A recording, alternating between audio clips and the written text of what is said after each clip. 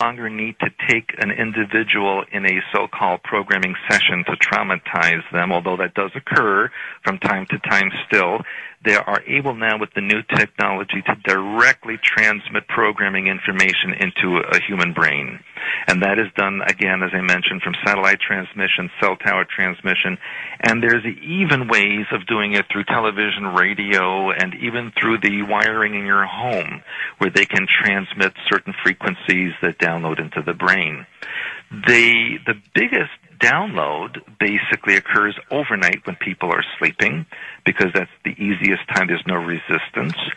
I have seen these trauma-based incidences. I've unfortunately had them happen to me during the Montauk Project. So yes, these things do occur. And you're correct that the new technology now can circumvent most of the physical need for programming sessions. Let's go next to, we're not going to have time. Let me ask you this, though. You seem to have hope that we're going to win this. Is that true? I think we have to. There's no question in my mind that he has to overcome this. And no one remains ignorant forever. Ultimately, people will say they've just had enough. And again, they can't the God mind within you. They can only make you think that you're not connected to God mind, but it is always there. And in my work, I help people to connect that, to realize that, and to utilize that. All right. Sounds like you have call waiting, by the way. Did you have another call coming in? I wasn't paying attention to it. I heard you drop out for just a little bit. No, you cannot take the other call, Stewart. You're going to stay with me. I know that. Well, we're going to come back. We're going to take more phone calls. Stewart, do you get support when you talk about this topic, or do people kind of shun you?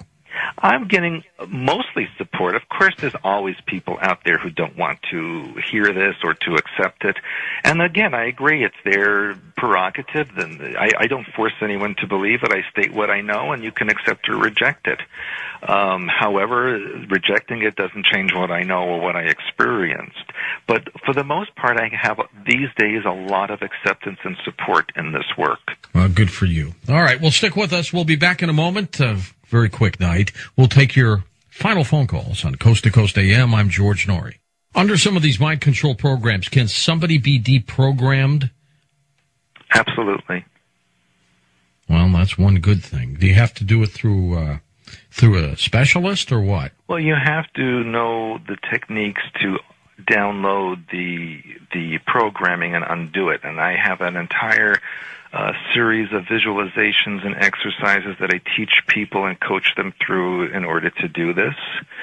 And it is a long process. It's not going to happen in a couple of days or a couple of weeks. It takes years and years. In fact, I have been deprogramming since 1990, and I still have a bit to go as well. So no one should expect to have it done quickly.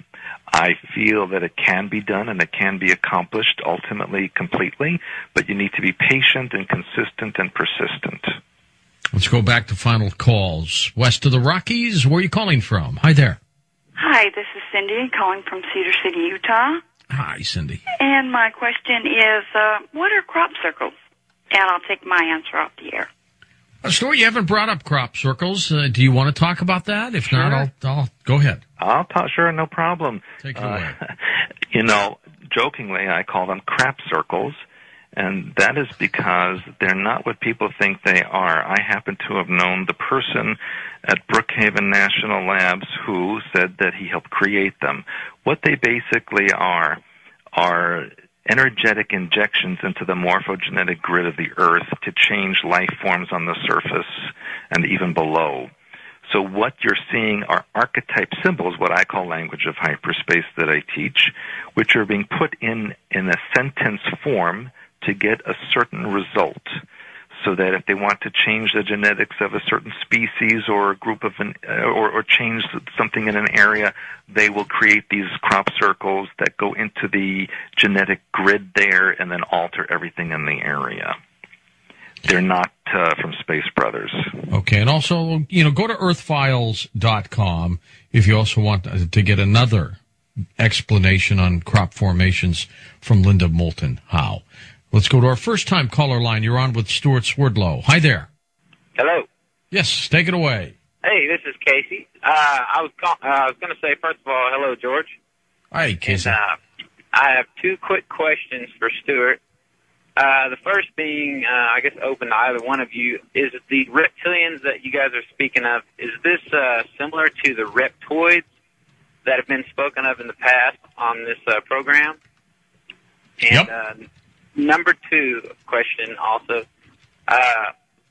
Stewart was claiming, he was talking about certain members of Congress, or I should say political members, having lesions taken off of them, being, I guess, remnants of leftover reptilian skin. Is he claiming, or, I'm sorry, Stewart, could you claim that anyone, could you name a name, I'm saying, in the United States, political member? I guess that's kind of a not very clear question. Well, I'll just tell you that, for example, Vice President Cheney had this done, and so did President Bush. That's exactly what came to mind. Mm-hmm. Yes, and as far as the first question, honestly, I don't know about what was discussed on this program previously about reptoids, but I would imagine they're similar or the same. Very similar. Okay. Well, that'll be all. I appreciate it. Thank you. Thank you. All right, Case. Thank you. Appreciate you being part of the program. Let's see. Well, my machines are jammed up here, Stuart. So let's go to our pick a card here, Stevie, until I get my computer back up. East of the Rockies. You're on Coast to Coast. Hi. Hello there. Hi, this is Steve from Springfield, Mass. Hey, Steve. Hi. And I have a question for the guest, and I'm not trying to attack the messenger. I keep my mind very open to all these subjects, but also I'm not the kind of person that buys the Brooklyn Bridge for $1 right away either. And I'd like to know how he explains the hard evidence that we have about history, like the geological layers, the KT boundary all over the Earth, above which there's no dinosaur fossils found, which is 65 million years old. And it's a fascinating thing that he's talking about. But I'm just thinking about all this different knowledge that I have, some of which would require the cooperation of all kinds of geologists and scientists and paleontologists. And we're talking about a government whose secret agency can't even keep top secret anti-terrorist programs out of the New York Times. I'm wondering about these things. All right, that's a good question. Go ahead, Stuart. Mm-hmm, yes. History, science, all of the publicly released information on those topics are basically sanctioned by the government. And in fact, history is written by the victors, as they say, and it's been rewritten many times. And, I had a client, an elderly man from Tennessee, who remembered years ago in the 1920s when he was in public school reading from his school book about Admiral Byrd's trip to the North Pole, where he found an entrance to the inner Earth and the tropical plants and animals that existed there. And then he said one day that there were people from Washington that came to the school and took all the books away and replaced them with different books that didn't have that information in it anymore. So as we go through time and as certain control systems are in place, different information is released to the public.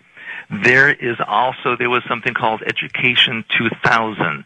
That was a global education system where everyone in every country had to learn the same history, the same science, no matter where they lived.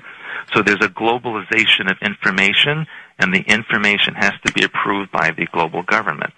So basically what I'm saying is that science information, history information is written so that you understand things in a certain way, and very often it obliterates or covers up the truth. Anne from California says this program makes a lot of sense. Please ask Stuart why we seem to be acting like zombies all the time. Now, she's right about that. People seem brain dead. I've been saying that a very long time, and again, it goes what I mentioned about creating a robotical society where everyone just performs their function without question. And not only that, they want everyone to be on some kind of a pill, some medication that alters the way you think, alters the brain waves, and they enhance this with ELF that they bombard the earth with to make people go along with whatever it is that's happening on the